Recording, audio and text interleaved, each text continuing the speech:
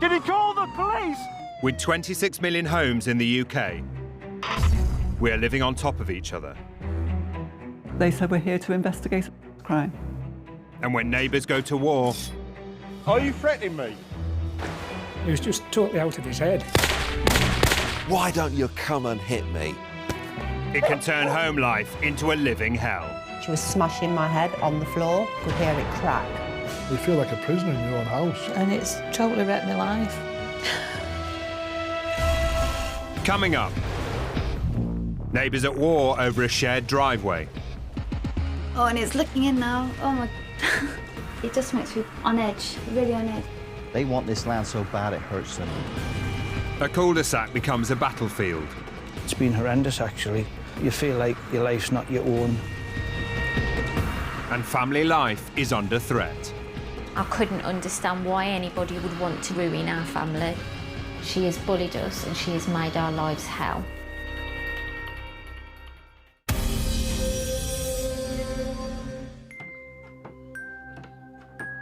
In a small town in Somerset, a secluded courtyard has become a battleground. This screw harassed them, and I was arrested. It's caused conflict. You can clear this lot. Fear. It's horrible living here. And turn one family's home life... He is our naughty next door neighbour. ...into a nightmare. We don't go out there because it feels like no man's land.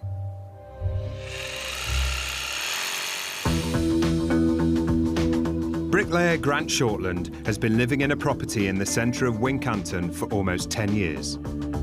And he had always got on with his neighbours.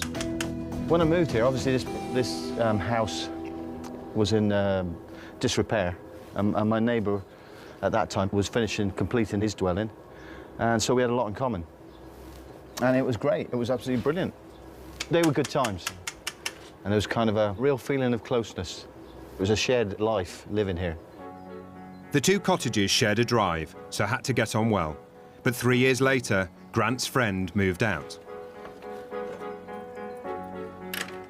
Then Susie and Chris Hill arrived. When we found out we were having a baby, we decided to move to the countryside, as it were, and we came to Wincanton, a space for our baby to grow up and run around. Yeah. When the Hills moved in, it was fine. They seemed very agreeable. They came across as the epitome of pleasant. I was a little bit surprised that they chose that house once they started a family. It has no real family-friendly areas. Susie and Chris's cottage has a courtyard at the rear, which Grant has a legal right to use as access to his property. So our land starts here where the gate is. It comes all the way across, up to this wall, and all the way across. We own all of that. Grant has a right of access across the property to here and back again. From the moment they moved in, the Hills felt Grant was using the courtyard for more than just a way in. Because of his job, Chris has asked that we conceal his identity. So outside here we had all of his building materials. There was the scaffolding and the joists and a huge pile of sand and other such materials that were right up on this area here, which was directly outside of our lounge window. So every time you looked out the window, that's all you saw. I don't remember any rubble. I do remember that I had scaffold and building materials. Susie and Chris claim that Grant's rubble sat there for nearly 2 years, by which time their daughter, Felicity Rose, was now walking. We decided for security we'd have gates put in. It will keep Felicity Rose safe because there won't be an opportunity for her to climb up his ladder or to go poking around in his rubble. And also it will help define that boundary.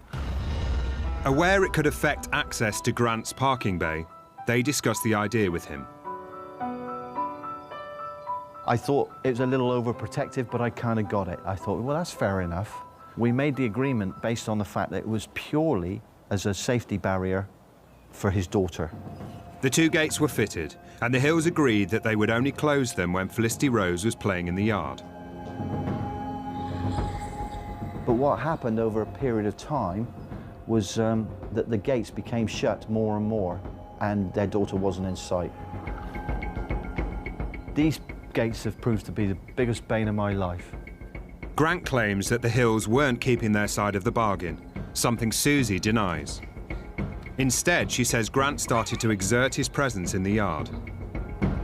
Sometimes we'd come home and we would find things had been moved or things would be damaged. We had a couple of pots along this wall. One of them was smashed. Grant admits that he accidentally broke some garden ornaments while reversing his cars. I would be reversing in, being pushed over this way, and then I'd want to swing round, which meant the front came round, dragged through the bushes. I was very wary of that, and then I have to come round, and if that wasn't enough, then I'd have to swing back this way, because I don't want to go too far. And then we have the moving table, the table that moves. So I'm narrowly missing them. And then I finally straighten up, and I'm back in. I'm in. Then, I'm completely frustrated. When Felicity Rose turned 4, the Hills threw a family barbecue to celebrate. And we're just about to light it when Grant comes out and starts ranting and raving about me not being able to leave my things here. I'm not allowed to do this. I'm not allowed to leave anything. I'm blocking his access. And I said to him at that point that he's got a right of way, not a right to tell me what I can and can't do on my own property. 3 men came out and they started to contest it with me, saying that I didn't have a right of access, no legal right of access across here. He wasn't very receptive, to say the least. And so I went back in the house and got the land transfer document. He came out with his deeds and he's waving them around, saying, look, it says, this land's just for my access, it's not for you to use. And what followed next was a barrage of it didn't mean what it said. So, according to whichever one of them, I can't remember, it got so mixed up, my only access was about this much through here. I was to drive in here, avoiding all this, and then bring the other vehicle in next to it. I was called insensitive. I was called inconsiderate. But I remember being very, very shocked by the whole thing. I was shocked, certainly shocked and angry, the fact that he's coming across and ruining what had been a lovely day. The fact that we got him going on about what he can and can't do and what I can and can't do on my own property. It just kind of made sense then with the gate and everything else that had been going on, that they want us out. They want this land so bad it hurts them. And tensions were still high the next day, when Susie claims Grant deliberately drove his van in and out of the yard 9 times. Here we go, we're in. I can't specifically say I brought it in 9 times because I can't remember. I can't specifically say I brought it in 7. I probably did bring it in a lot that day. Yes, I probably did, but I don't remember specifically saying to myself, right, I'm going to bring the camper van in and out loads of times and do. No. But the bad blood between the 2 neighbours had only just begun. It's horrible living here.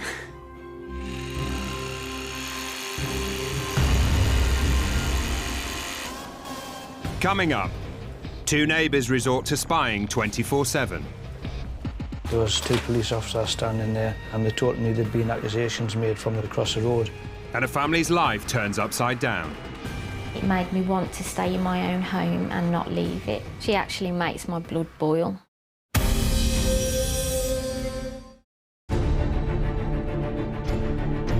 Two families are at war, with round-the-clock surveillance and dispute diaries. They just bombarded the police regularly with complaints and telephone calls. This feud has spanned over 5 years. I realised it and I should be fearful for my life.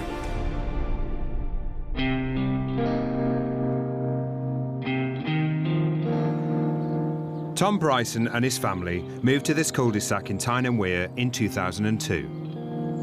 When we moved into the house in this cul-de-sac, it was ideal.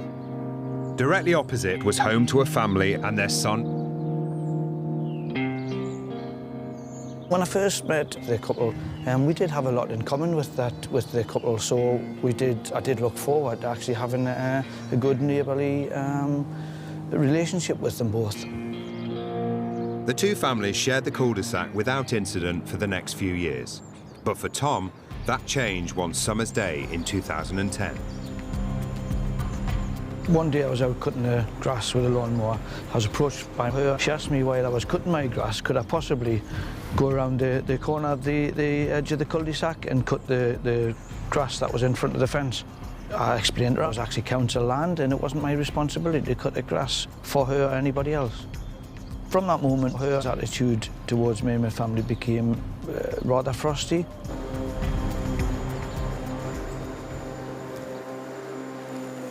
We asked the neighbour to take part in the programme. Although she declined, she told us she had never asked Mr Bryson to cut the grass and that when it was overgrown, she would call the council.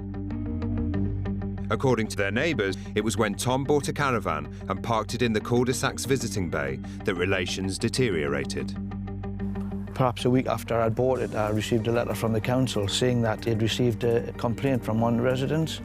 So I took it upon myself to go around the neighbours' houses one at a time and apologise and explain that it wasn't a long-term thing. As soon as I found suitable storage for it, the caravan would be moved. None of the neighbours had a problem. Tom felt sure he knew who had complained to the council. The last house I went to was the neighbours. She came to the door and without me saying too much to her, she became abusive, told me the caravan was an eyesore, how I had the audacity to put it there in the first place without asking her. I replied to her that it was a spur of the moment buy. It wasn't intended to be there long term, but I would appreciate it more if she had asked me how long it was going to be there rather than phone the council up to complain about it. I thought we had a better relationship than that. The neighbour told us that she never complained to the council, but that it was at this point she started to feel harassed by Tom. Parking has been a major issue in the relationship breakdown with the neighbours. But the unfortunate part about it is they've caused it, blocking the cul-de-sac up with the amount of cars that they have. The neighbours told us that at the time the problems began, they only had 4 cars and that they have every right to park on the public highway. For them, the problem was harassment, including a complaint from Tom, which resulted in the neighbour's wife being arrested. And after years of simmering tensions, the neighbours were advised to install CCTV. I couldn't understand why they had having cameras put up. I don't think they had anything to fear from anybody in the cul-de-sac, myself included.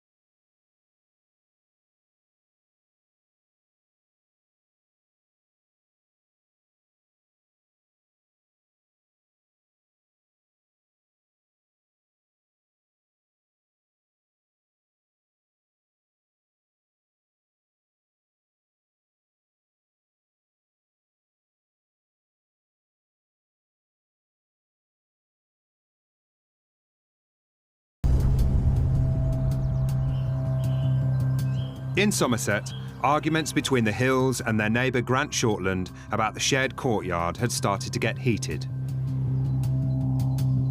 Grant decided to step it up a gear and put his concerns in writing. And there was a knock at the door, and it was Grant. I opened the door and he gave me a letter. And as I reached out and took the letter, he turned around and put his thumb up to the green window up there, and his girlfriend was in the window with a camera. She took my photograph, and then Grant walked off. I closed the door, came back into the kitchen, and just burst into tears. No. No photo was taken. I didn't need a photo, I needed a witness. We opened the letter. We saw that it was basically saying, on what grounds are you prohibiting my access? I was still really shaken, and we decided that actually that's not the kind of behaviour we need to be tolerating, and we rang the police. The police arrived later that evening to ask Grant about the incident.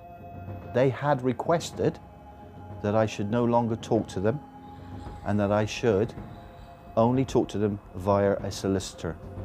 The Hills insisted that, according to the title deeds, they only have to give Grant an 8-foot wide path of access. but Susie says they actually give him 11.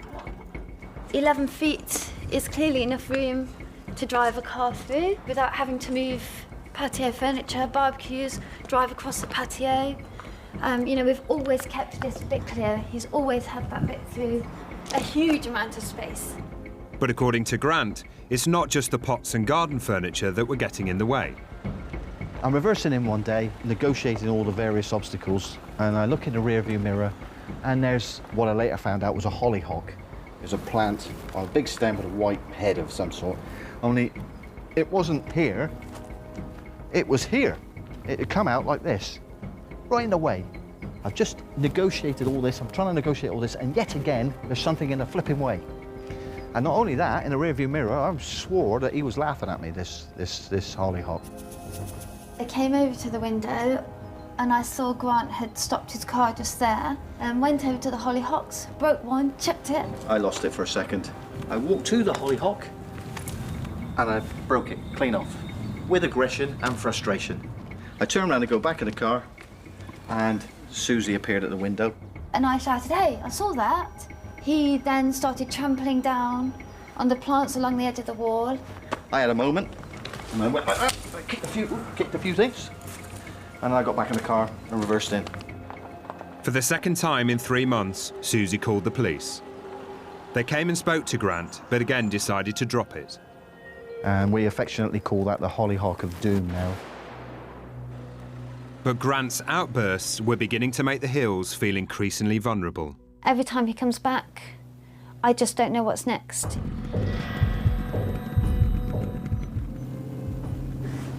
Grant's just come home. It's fine.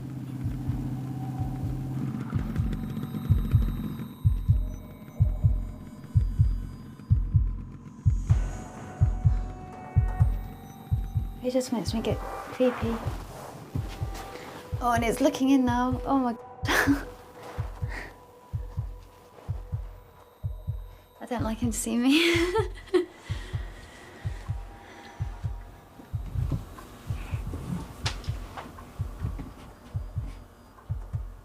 it just makes me on edge, really on edge. It's horrible. It's horrible living here. Sorry. It's really annoying because I know I look quite aggressive. I know I got big features. But really, we're talking about me coming in and out of her and her wanting the garden and me having my right of easement, and I got in her face. No. And there's another reason why Grant thinks they're being unreasonable.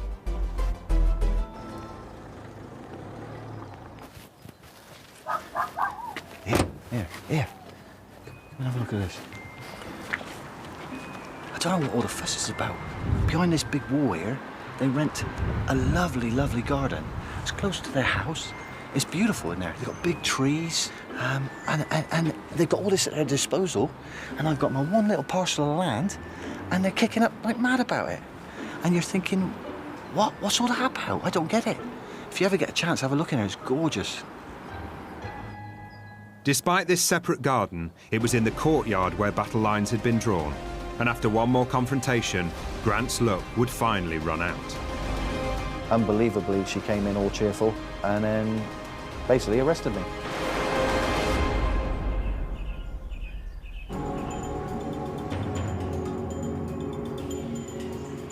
When friendships fall apart... My bathroom was in a right state. She just didn't seem to care. Just another way of winding me up. Tempers can fray, and neighbourhoods become a war zone. I was extremely angry. I couldn't understand why anybody would want to ruin our family. In the West Midlands, David and Gemma Howard have lived in their house since 2007. Yeah, when we first moved in, it was a lovely, peaceful street. No problems at all with any of my neighbours. Everybody seemed very friendly. Gemma has asked that we conceal her identity.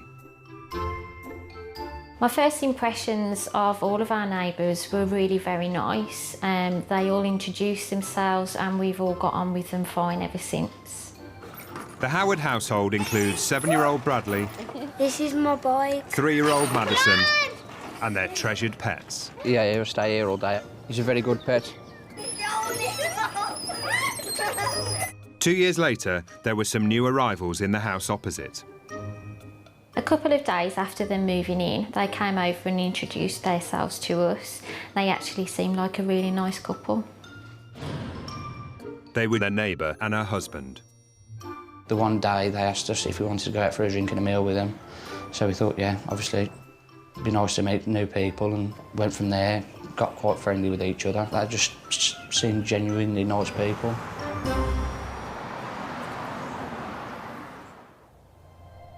For 12 months, the two families remained close. But one summer evening in 2010, things began to change. It was Saturday night, I was watching TV, and there was a knock on the door. A very loud knock. And I got up to answer it to see who it was. I opened it up, saw that she was there being held up by a taxi driver. I couldn't quite believe what was going on. According to David, the neighbour claimed she had no house keys, phone or purse. We couldn't leave her out on the street, so we tried and do a good neighbourly thing. Sat her down on the settee, tried to make her feel as comfortable as possible. She was sprawled out all across the sofa here. The Howards put the incident down to a one-off. But late one night, 2 weeks later...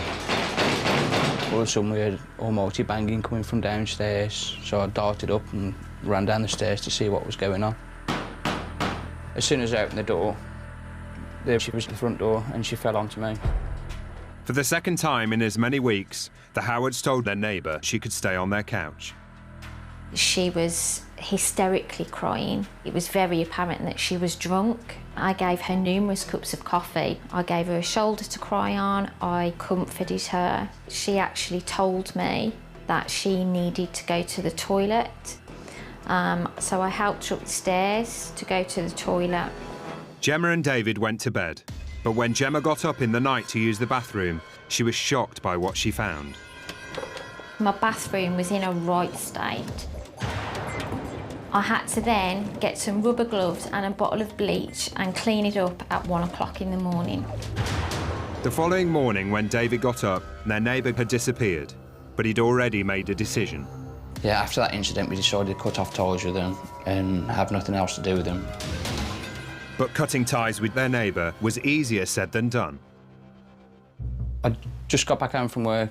I was getting ready to go into the shower. I went over to close the blinds and noticed her standing outside our neighbour's garage doors. I knew that something wasn't quite right. I ran upstairs really quickly to see what was going on. She was standing on the neighbour's drive up at the garage doors. It looked like she was scratching something into the paintwork. The owners of the garage door were on holiday at the time, so David called the police while Gemma raced downstairs. So once I came outside, I walked over across to our neighbour's property where I could clearly see that the words were scratched into the garage doors. 30-centimetre letters on each panel of the door.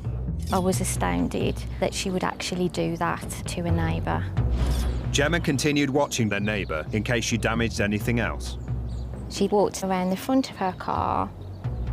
It wasn't until later on when I actually realised that she had in fact urinated on the floor. The police arrived and their neighbour was arrested and charged with damaging her neighbour's garage door. A date was set for court. But David and Gemma's problems had only just begun. As I opened the door, I could see 2 police officers standing on my doorstep. I thought straight away that this had to be something to do with her.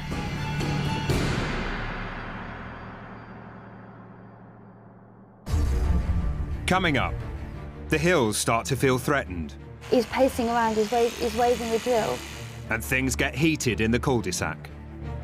They continued to stand at the bottom of their drive, basically shouting abuse at me and my family.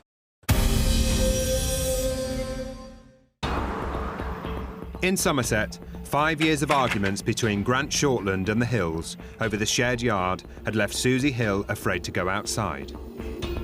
I was terrified. I wasn't sleeping at night because I don't know how people's minds work. I've come across some very dodgy people. I didn't know what was next for us. So for peace of mind, the Hills installed round-the-clock CCTV. But Susie and Chris weren't the only ones who started collecting video evidence. We agreed to the gates being put up for the prevention of their daughter, but they just shut them willy-nilly. So we videoed it. Yeah, so there we could see Susie shutting the gate, making sure that we're contained in our area, and off she goes. This is really where we did most of our filming, to compile our evidence with regard to shutting the gates. But according to Susie, it was Grant and his girlfriend who kept tampering with the gate. And one day, she sensed things were about to boil over. So Grant's girlfriend was standing here and she was just sort of pushing the gate against the wall like this. It was very threatening the way she was just sort of standing here. To me, it looked like she was preventing our escape. I saw Grant with a drill, walking up and down here, red-faced, swinging his drill, sort of talking loudly, and then he came over and he had another go at drilling a big hole.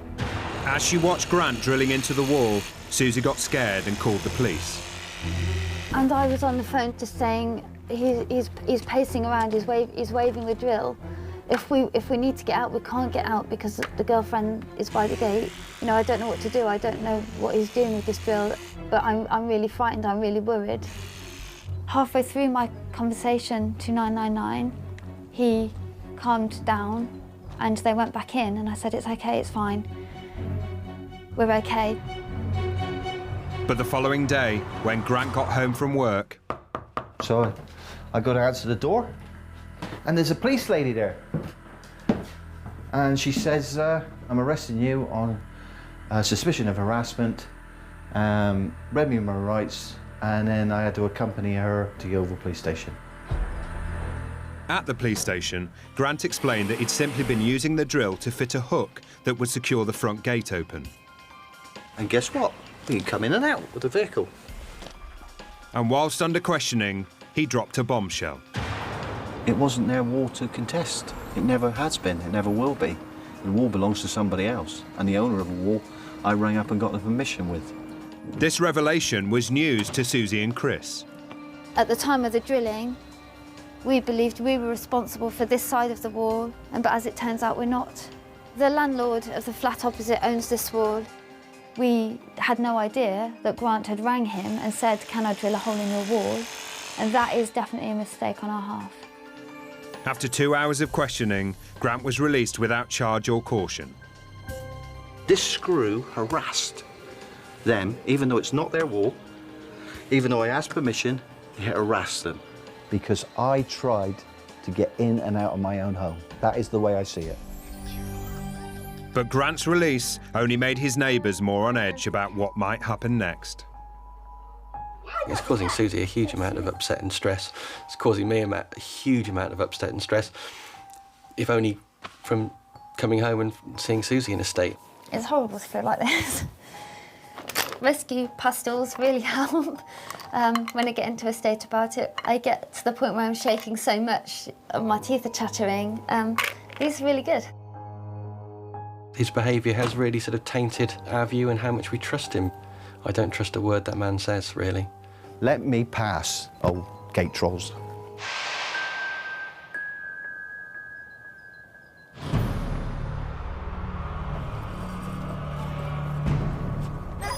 In the West Midlands, David and Gemma Howard had reported their neighbour to the police for damaging another neighbour's garage door. I decided to put CCTV cameras up for security reasons and safety. Just in case anything else happened, I'd always have proof on the cameras for whatever she was going to do next. 4 months after reporting their neighbour to the police, David and Gemma received a surprise visitor. I opened the door and I was shocked to see an RSPCA officer standing there. The officer introduced himself. He asked me if I owned a red Staffordshire Bull Terrier. The RSPCA officer explained that he was investigating reports that the Howard's dog Rex was being mistreated. We showed him Rex, he inspected him, played with him for a little bit, said that he was a really well looked after dog, and he left our premises within a few minutes. The officer didn't say who'd reported them. I had a very strong feeling that she was responsible for the call to the RSPCA. She was up her kitchen window staring at us the whole time that he was there. Rex is our family pet. Our children adore him. The stress of worrying about their neighbour began to take its toll on Gemma. It made me want to stay in my own home and not leave it. I was actually signed off by my doctor for anxiety and stress for 4 weeks from work, and I was put on medication. The Howards tried their best to get on with family life and steered clear of their neighbour. In January 2014, the neighbours pleaded guilty to scratching her neighbour's garage and was ordered to pay £300 in compensation plus court costs. I felt as if justice had been done. Hopefully then there'd be nothing else that went on from there. Unfortunately for David and his family, there was worse to come.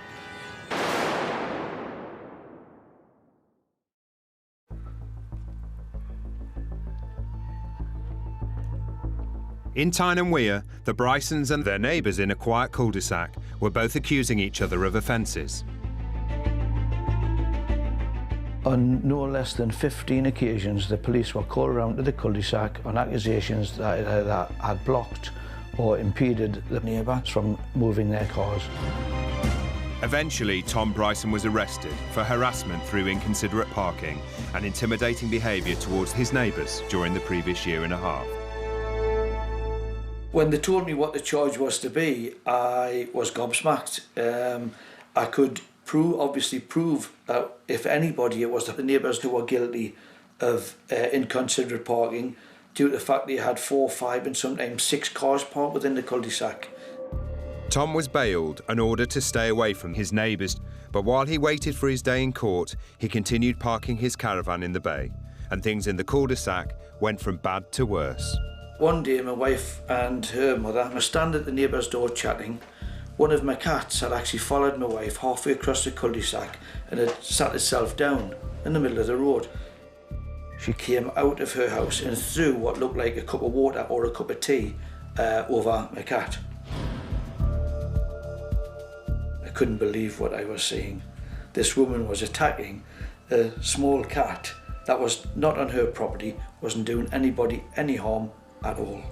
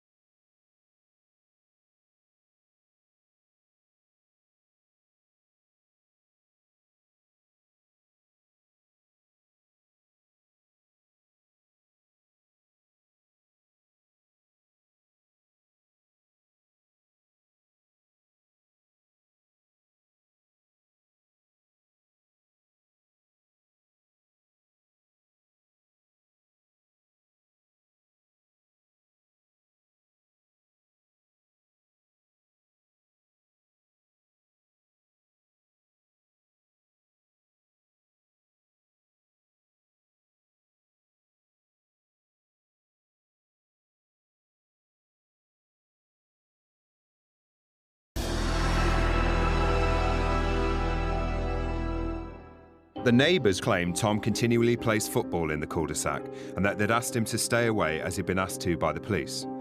They also told us it was Mr. Bryson who was abusive.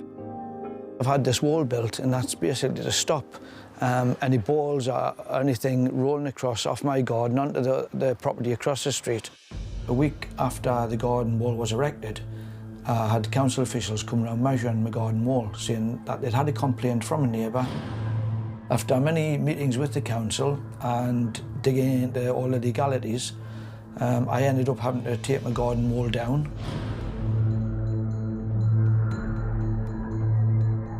I have since rebuilt the wall. All in all, relating to the cost of having walls erected, demolished, re-erected, in the region of £2,800 out of pocket. And soon he would become worried about his safety in the cul-de-sac. So I'm walking down my drive one night to approach my vehicle. I step off the drive onto the road, walking towards my vehicle. I'm aware of a car entering the cul-de-sac, at which point the lights were turned off when it was directly in front of me. The vehicle drove towards me. I obviously thought the guy was intent on running me over. The car continues to drive towards me.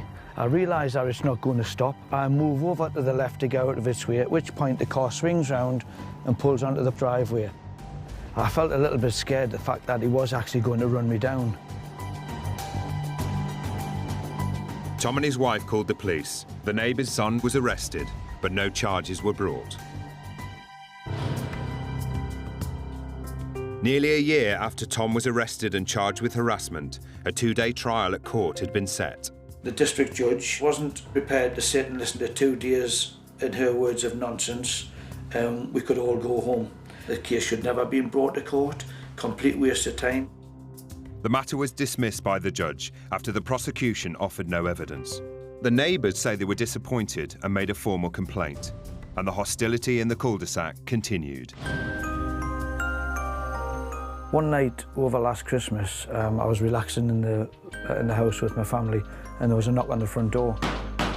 I came to the door and opened it. I had him standing at the door complaining that I'd actually sent him a Christmas card.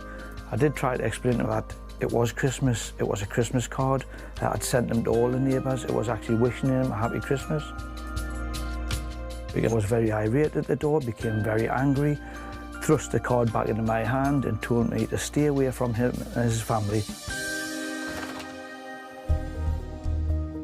Tom Bryson claims that since then, he has tried to do just that. We do try to ignore them. The comments that are made, or the stares that we get, or the constant staring from the bedroom window and the kitchen window onto our property, into our house. But Tom had a solution. What we do is I get Elvis out, who's the barman, out of my conservatory, and we stand him in front of the window so he can have a face-off with them, who probably think it's me, but actually it's just a cardboard cutout of Elvis Presley. Although the neighbours say they have no wish to stare at Tom Bryson, this war is far from over. They're both standing their ground, and so is Elvis. Coming up, the Howard family get another knock on the door. As I opened the door, I noticed that there were 2 male police officers standing on the doorstep. And in Wincanton, things are looking bleak. It is harassment, and that is not okay to live in those conditions.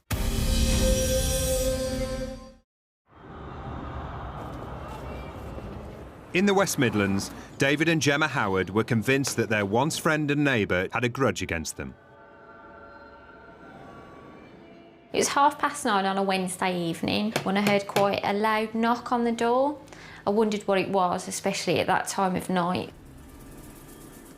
As I opened the door, I noticed that there were 2 male police officers standing on the doorstep. I thought straight away that this had to be something to do with her. What the 2 officers had to say left David and Gemma speechless. The police had explained to us that they was following up a phone call that they'd received from the NSPCC. That strong allegations was made against us. The police officers asked to go up and check on our children, which they did do by shining torches in their faces while they were both asleep at 9:30 at night. The police were satisfied that the children were fine and that there was no need to investigate further. But for the Howards, a line had been crossed.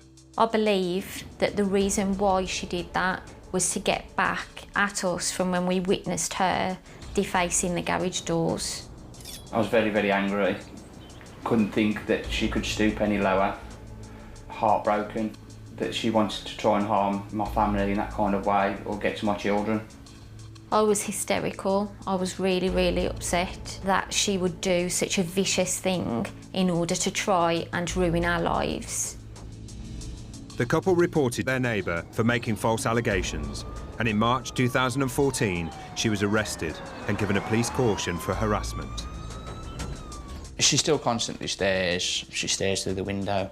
When the police spoke to her about her staring, she said, well, there's nothing you can do about me looking out of a window.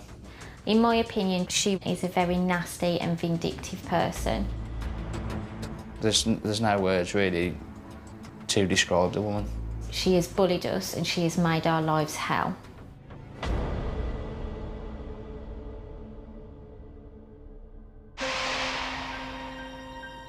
In Wincanton, Somerset, Grant Shortland had been arrested for harassment and released without charge.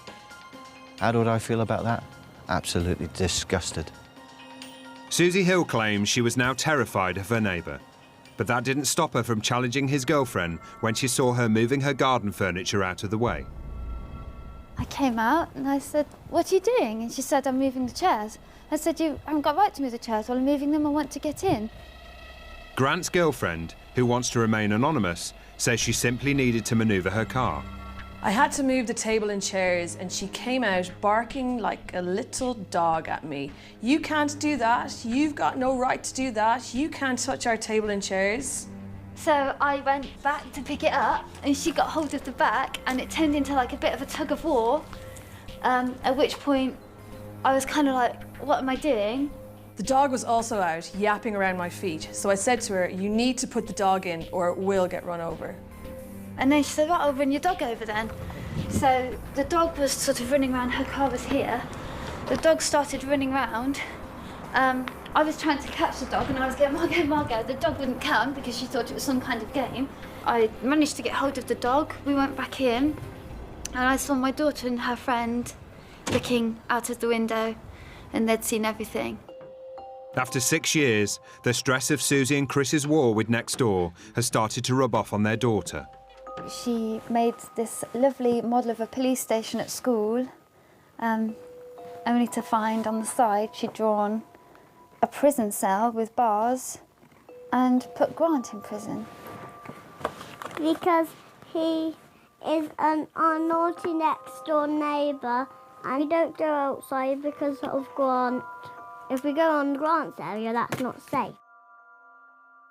Upset by the harassment allegations, Grant wrote to the local paper to publicly air his grievances.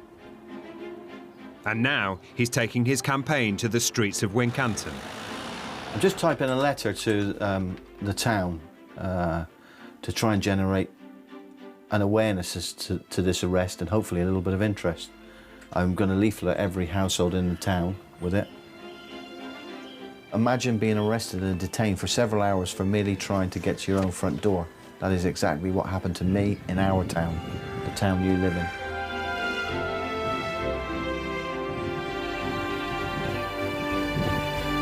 While Grant tries to clear his name, the dispute over the courtyard continues to rumble on. At the minute, the situation is a bit bleak.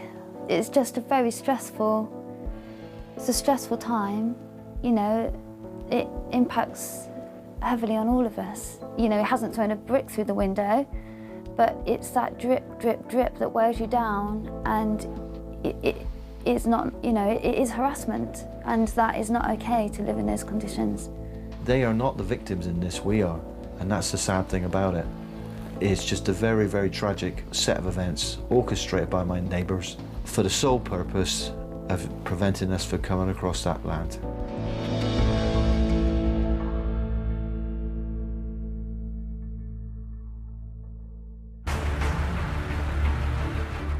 Have you got a Nightmare Neighbour story? Get in touch at channel5.com/Nightmare Neighbour. Next time. Feeding time at the zoo.